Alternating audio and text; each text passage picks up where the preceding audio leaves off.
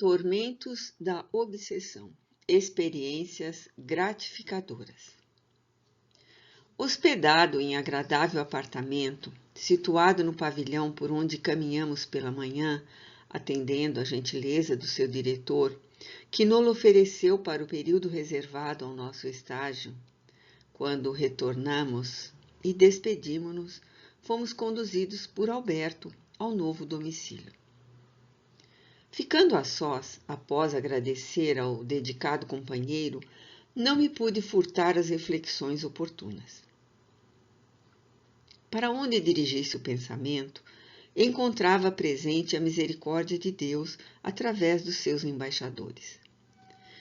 O amor desse espírito superior, o venerável Eurípides, conseguira edificar um ninho de paz para alguns dos náufragos da jornada terrestre, especialmente aqueles que não deveriam fracassar ante o fragor das marés bravias que se sucedem na sociedade terrestre, e, não obstante, sucumbiram.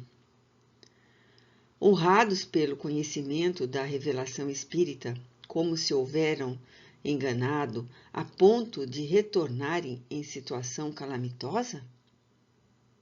Os esclarecimentos e advertências oferecidos pelo Espiritismo constituem um barco de segurança para a travessia orgânica no processo evolutivo.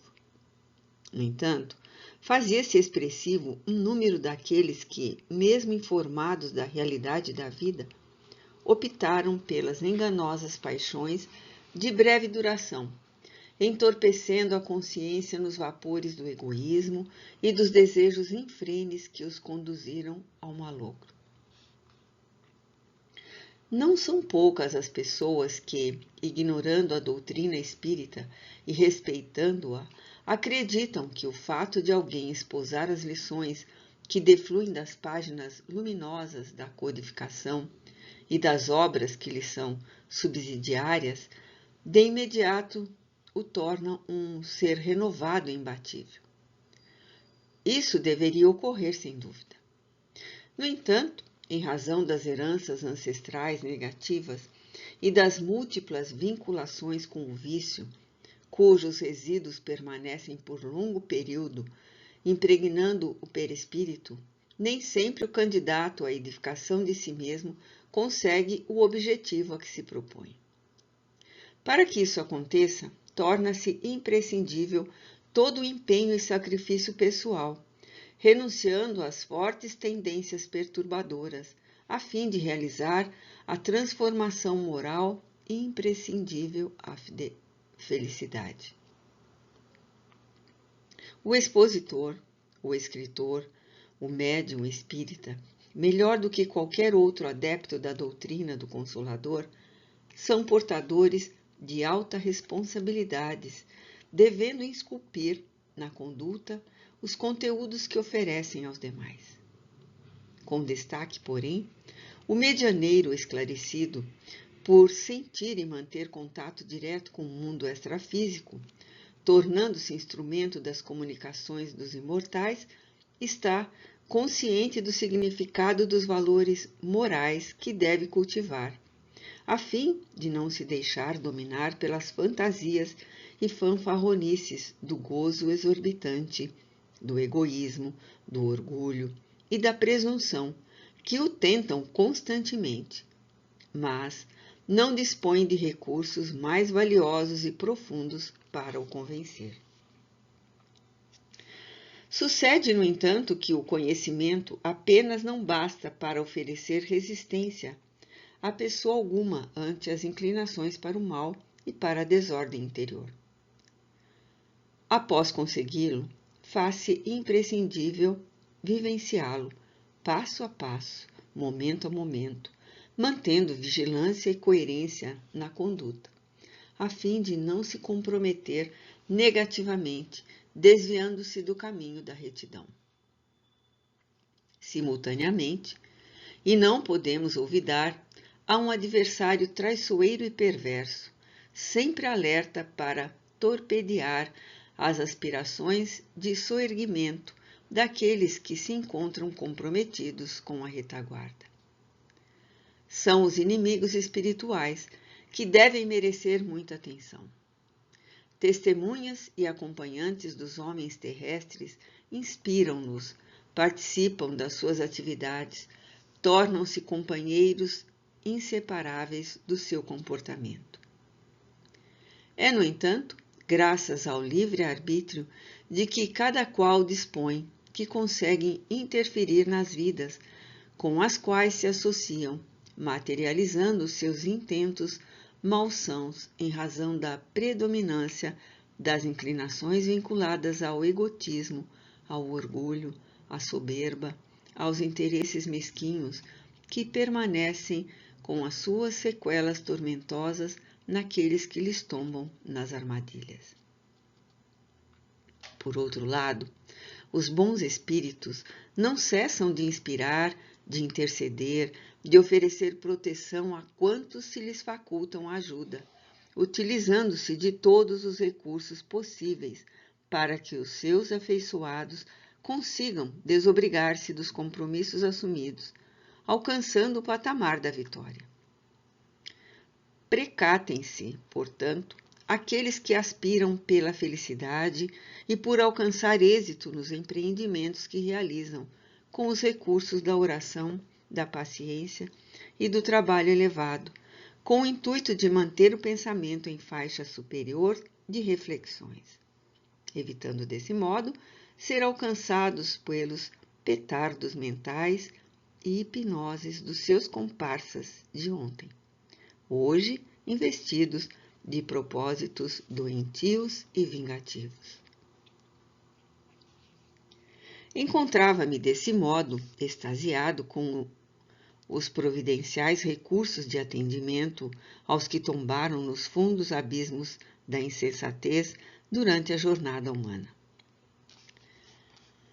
Refletindo acerca das instruções recebidas e diante da vida estuante, recordava-me da frase lapidar que encima incontáveis sepulturas terrestres: repousa em paz. Apesar disso, constatava que somente existe movimento, nunca repouso absoluto, mesmo em relação à matéria que experimenta os fenômenos transformadores das células e moléculas. O espírito, esse peregrino da imortalidade, mesmo quando em profunda hibernação, que é sempre transitória, está vivo e pulsante. Ao mesmo tempo, como é lamentável a informação inverídica de algumas religiões sobre o sono perene, até o momento em que soarão as trombetas anunciando o dia do juízo final. A simbologia que assinalava o despertar de cada consciência foi transformada em realidade, sem qualquer análise da sua possibilidade. Em toda parte, a vida estua de maneira dinâmica. Morre uma forma para dar lugar a outra mais específica ininterruptamente. A cada instante, essa alteração se apresenta no universo. Galáxias são absorvidas pelos buracos negros e outras surgem gloriosas. No entanto, na óptica desses religiosos ortodoxos, o espírito deve permanecer em atitude inútil, ou, segundo os negadores da vida, sucumbindo ante o fenômeno biológico da desintegração molecular. São conclusões ingênuas de ambos os grupos, porque, acostumados ao conceito antropomórfico de Deus, esquecem-se de aprofundar-lhe a grandeza. Naquela comunidade, a ação era a mola mestra a vibrar com o dinamismo em toda a parte. Continuação natural das realizações terrenas convidava-nos ao trabalho de autoaprimoramento, de construção do bem em favor do próximo e de nós mesmos, sem que isso constituísse violência aos falsos créditos para a santificação. O mesmo sol que aparece à terra e o incomparável zimbório estrelado a que me acostumara a contemplar enquanto no corpo físico, ali estavam irradiando beleza e concitando-me a reflexões graves sobre a excelsitude do amor e a necessidade de crescimento moral e espiritual.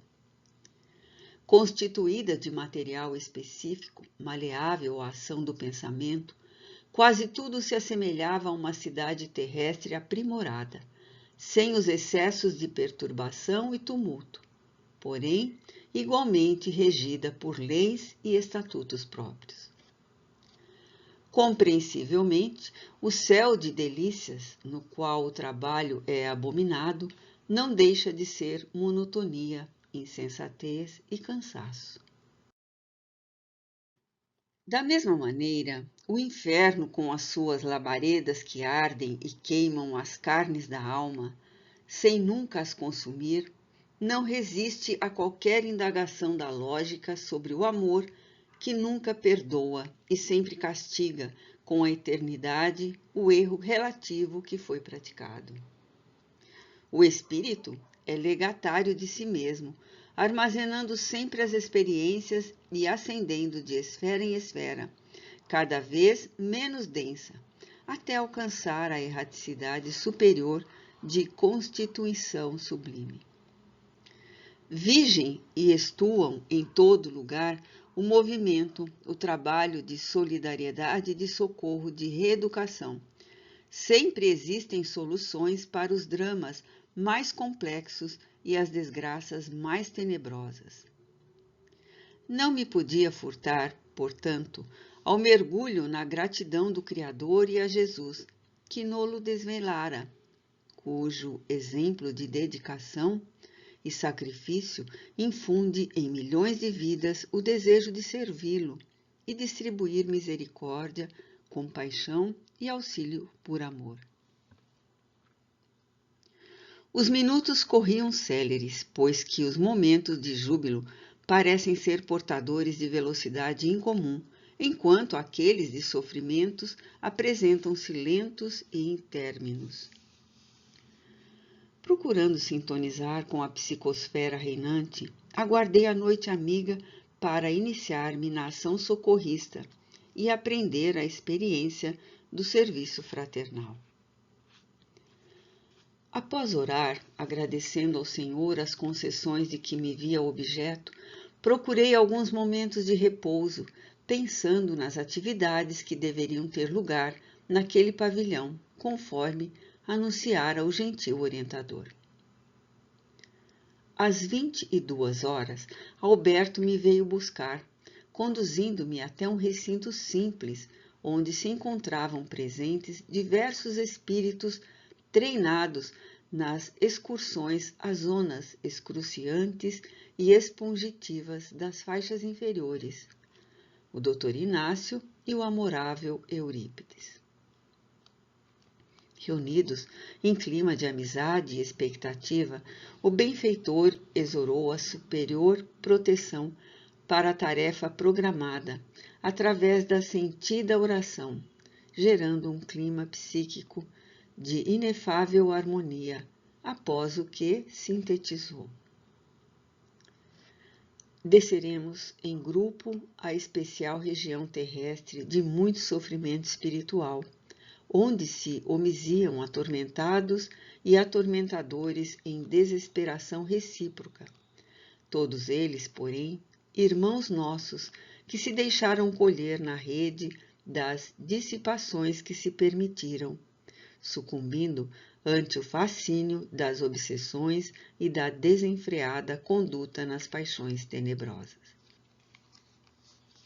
Não nos cabe, em momento algum, julgar aqueles que se equivocaram, nem revidar as provocações dos seus sicários impenitentes, igualmente infelizes na loucura que se permitem.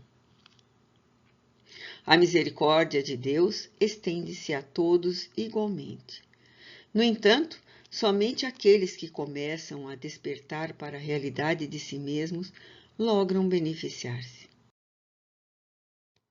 Fez uma pausa oportuna e, com entonação de voz que traía responsabilidade e zelo, acrescentou: todas as criaturas terrestres, espíritos reencarnados que são, possuem percepção mediúnica, que o futuro se encarregará de estudar com seriedade, a fim de ser utilizada com elevação, tornando-se um sentido a mais que será conquistado a pouco e pouco, lentamente incorporando-se aos demais sensoriais. O eminente codificador informou que a mediunidade radica-se no organismo, sendo, portanto, uma conquista do processo evolutivo para facilitar o crescimento do espírito, que no corpo imprimiu essa função.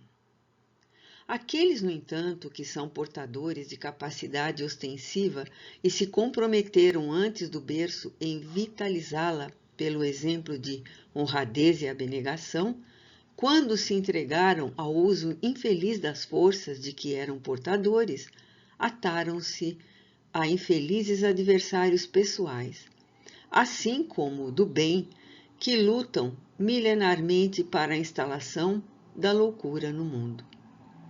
Alguns deles, que se rebelaram contra Jesus por haver no corrente milênio sido vítimas das injustiças e dos crimes hediondos praticados contra suas existências, e as daqueles a quem amavam pelos falsos cristãos do período medieval, transformaram-se em justiceiros e vingadores, que pensam desafiar as soberanas leis da vida, sem compreenderem que são utilizados na alucinação a que se entregam pela divina justiça, que lhes permite serem os braços que alcançam os delinquentes que com eles sintonizam para despertarem após as dores extenuantes que lhes são impostas.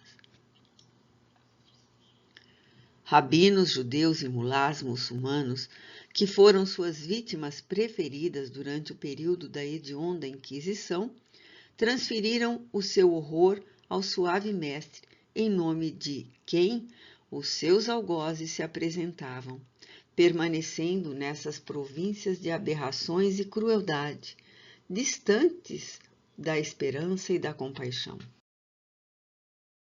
No entanto, isso ocorre em razão do livre-arbítrio de cada um, porquanto, no momento em que é disparado o raio do arrependimento e a súplica lhes escapa do coração dirigida ao Pai, são-lhes enviadas as providências necessárias para os atender. Nunca cessa o amor soberano em favor dos seres sencientes. Novamente fez silêncio, enquanto o pulsar da natureza, clara pelos pirilâmpagos estelares, tornava-se lição viva de misericórdia dirigida a todos. Logo após concluiu: nossa atividade, logo mais, terá lugar em nosso querido planeta, em região pantanosa que a imaginação humana descreveria como infernal. Nosso objetivo é resgatar Ambrósio, que ali se encontra há quase 2 dezenas de anos.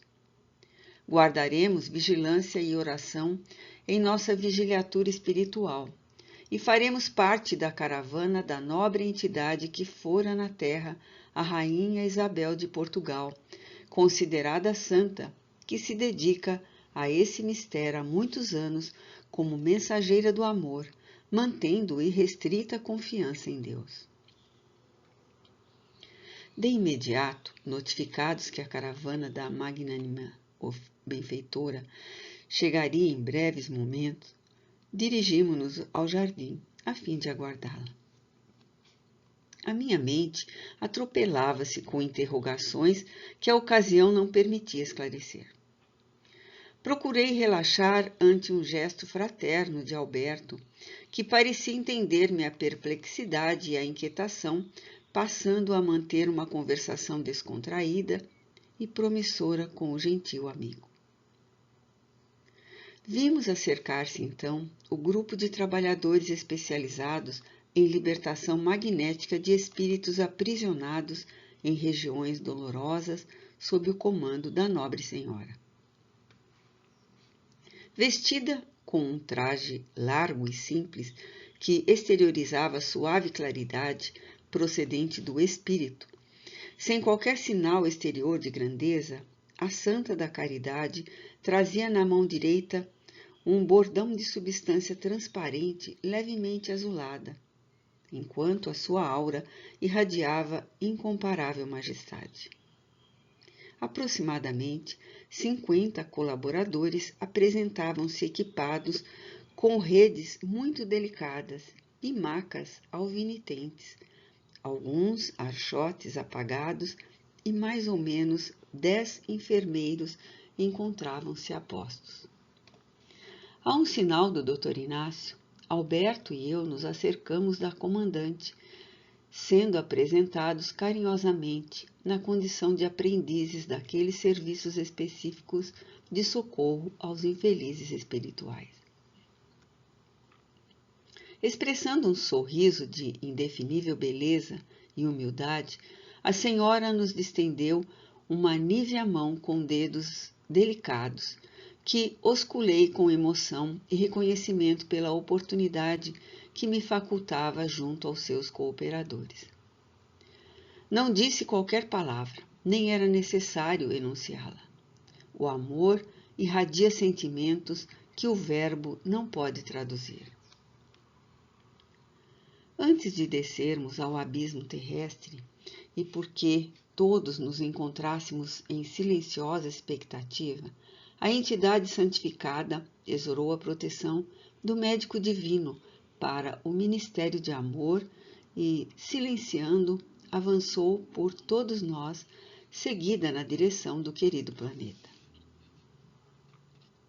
Seria difícil para mim explicar o admirável fenômeno de volitação que nos reunia sob a mesma vibração no harmonioso deslocamento. Podíamos ver-nos aproximando-nos da Terra, que se agigantava diante de nós, até pararmos em um lugar lúgubre de aspecto truanesco. Não haviam passado 20 minutos, segundo os meus cálculos, e sentíamos as emanações deletérias da região enfermiça e sombria, onde nenhum sinal de vida se manifestava. Ao lado de pântanos pútridos, cavernas se abriam profundas em montanhas escuras que limitavam a área do paú dantesco. Reunindo-nos à borda do lamaçal, demo-nos conta da escuridão reinante, como se nuvens carregadas cobrissem a área, vez que outras sacudida por trovões espocantes e relâmpagos velozes.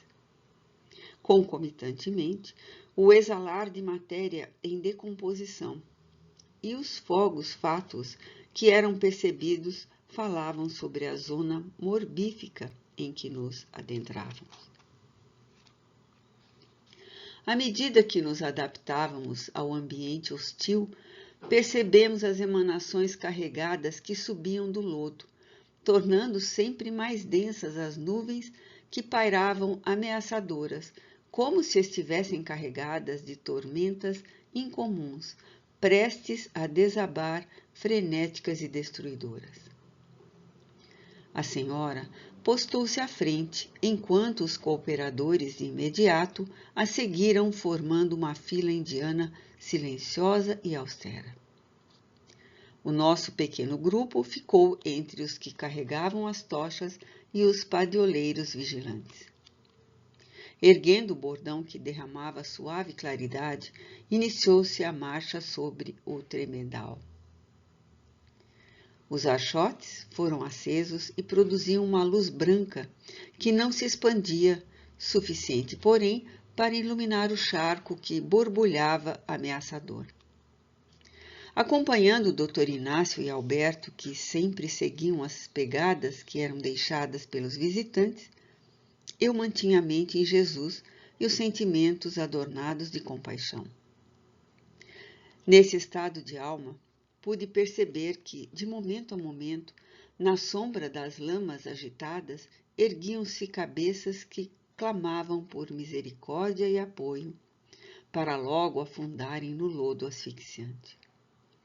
O vozerio, as exclamações, os pedidos de socorro, as queixas misturavam-se a blasfêmias e recriminações que aumentavam à medida que nos adentrávamos pela furna aberta na rocha por antigas correntes d'água que a tornava perigosa, escorregadia. Sem nenhuma palavra, conseguia captar o pensamento do Dr. Ferreira, infundindo-me ânimo e silenciando-me as inquietações que começavam a assaltar-me. A densa treva era cada vez mais escura, impedindo quase a irradiação dos achotes acesos. Entre um e outro relâmpago, pudemos perceber que, acima do lamaçal, pairavam entidades perversas que pareciam flutuar no ambiente, de aspecto indescritível, que as oleogravuras religiosas não conseguem imitar pelo seu aspecto degenerado e apavorante, que aplicavam relhos naqueles que se erguiam do charco, imundos suplicando amparo. São os perturbadores da ordem que nos visitam, objetivando roubar nossos escravos. Pancada neles! E gargalhadas estentóricas produziam estranhos ecos na furna imensa.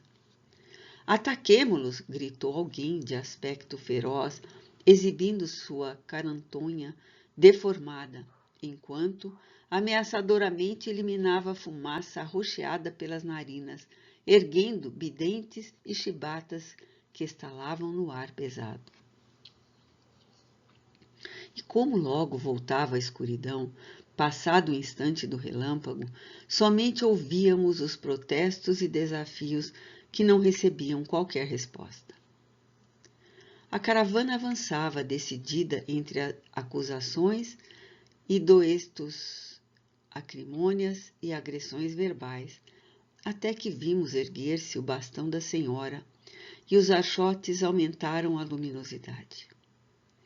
Nesse momento, apresentou-se uma área imensa dentro da caverna, na qual estorcegavam espíritos aprisionados às paredes, fazendo recordar alguns dos suplícios da mitologia grega, surrados sem piedade, outros acorrentados por pés e mãos, carregando pedras pesadas e removendo-as de um para outro lugar. Enquanto, no lodo, afogando-se sem cessar, inúmeros se erguiam e novamente desciam em terrível e inominável sofrimento. Novamente, o bordão se ergueu e as redes foram atiradas sobre o lameirão, tornando luminosas as malhas que pareciam pirilampos sobre o lodo. Muitas cabeças que surgiram, percebendo o recurso que poderia ser salvador, agarravam-se-lhes e gritavam por socorro, enunciando os nomes de Jesus, de Deus, de Maria, de alguns dos santos das suas antigas devoções, alardeando arrependimento e suplicando amparo. De energia magnética muito bem constituídas, a novo sinal, as redes foram puxadas pelos braços fortes dos seus condutores. E observamos que, enquanto algumas se despedaçavam, deixando no lugar em agonia aqueles que as seguraram, outros eram colhidos e arrastados até os caravaneiros que os retiravam e os colocavam, debilitados, nas macas que de imediato eram distendidas para os receber. Por algumas vezes repetiu-se o admirável concurso de proteção aos infelizes. Percebendo a ocorrência, seres monstruosos que haviam sido vítimas de zoantropia por hipnose e que se deslocavam no ar, tentando impedir o atendimento, eram rechaçados por outras redes protetoras que foram atiradas sobre o grupo, impossibilitando qualquer investida maléfica dos dominadores da região. Enquanto se travava uma verdadeira batalha em que os perversos administradores da paisagem purgatorial tentavam anular o esforço dos missionários do amor, o venerando Eurípides acercou-se de uma parede que exudava putrefação e rompeu com as mãos as cadeias que prendiam um espírito desfalecido e deformado, que lhe tombou nos braços antes que os sicários vigilantes pudessem interferir. Ato contínuo, 2 auxiliares tomaram-no e o colocaram em maca protetora, iniciando-se o retorno, deixando para trás o abismo aterrador. Nesse comenos, cães amestrados foram trazidos e atiçados contra a caravana. Não me atrevi a olhá-los na escuridão banhada levemente pelos achotes e os relâmpagos contínuos, porque o benfeitor me inspirava à oração e ao mergulho íntimo no amor de Deus. Mais tarde, vim a saber que se tratava de terríveis mutilações experimentadas pelo perispírito de muitos seres desditosos que se vitimaram na terra e foram arrastados para aquele sítio infeliz, onde experimentaram hipnoses terríveis e deformantes. Quando, por fim, chegamos à orla daquele verdadeiro purgatório que superava tudo quanto a imaginação pudesse definir, observamos que os espíritos recolhidos foram de imediato atendidos com fluidoterapia, recebendo ligeiro asseio e atendimento para que viessem adormecer, para não serem criados impedimentos na viagem de retorno ao hospital. Novamente, sob o comando da Rainha Isabel, a caravana ascendeu e, à medida que se aproximava da nossa comunidade, podíamos ver o querido planeta mergulhado em sombras menos densas do que aquelas localizadas onde estivéramos, banhando-nos da claridade das estrelas que adornavam os zimbórios sobre a cidade onde residíamos. Logo chegamos, e os pacientes foram levados com um grupo de visitadores, enquanto o enfermo espiritual, que fora retirado das paredes e do ergástulo, foi encaminhado à parte inferior do nosso pavilhão para receber o tratamento que lhe seria dispensado. Só então fui informado pelo Dr. Inácio que se tratava de Ambrósio, que motivara a excursão de misericórdia e de socorro. Não obstante, também fossem credores de auxílios aqueles outros que vieram trazidos ao núcleo de renovação e tratamento.